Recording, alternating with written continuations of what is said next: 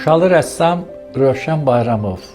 Şuşada anadan olmuşam, Şuşada yaşamışam, Şuşada məktəbi qurtarıb, rəssamlıq məktəbinə daxil olub və oranı qurtarıb yenidən Şuşa şəhərinə qayıtmışam. 1982-ci ildə Şuşada Ulu Öndərin açdığı Heydər Əliyev rəsm qalereyasına direktor təyin olunmuşam. 40 il həmin qalereyada direktor vəzifəsində çalışmışam.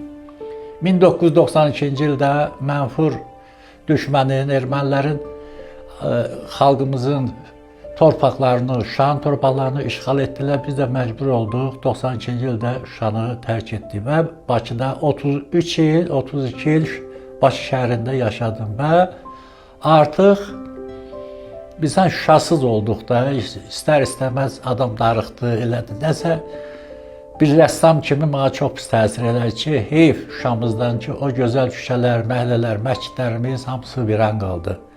Mən də bir rəssam olaraq Bakıda özümü toparladım, başladım yeni əsərlər işləməyə. Yəni xəyallarımda canlandırdığım Şuşanın məhəllələridir, məscidləridir, Şuşanın mənzərəli yerləridir, cıdır düzü, nəsə çox yerlər otdum, yavaş-yavaş işləməyə başladım. Və 2020-ci ildə Ali Baş Komandanın sayəsində biz Şuşa şəhərinə ilk qayıdanlardan biri oldu.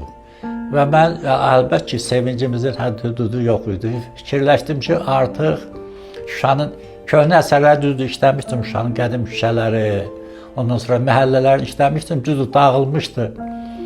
Yaxşı ki, bunları elədim. Çünki niyə gələcək nəsil görməlidir ki, keçmişdə, o dövrlərdə Şuşa şəhəri nə cür olub, küçələri necə olur, məhəllələr, məscidlər necə olur.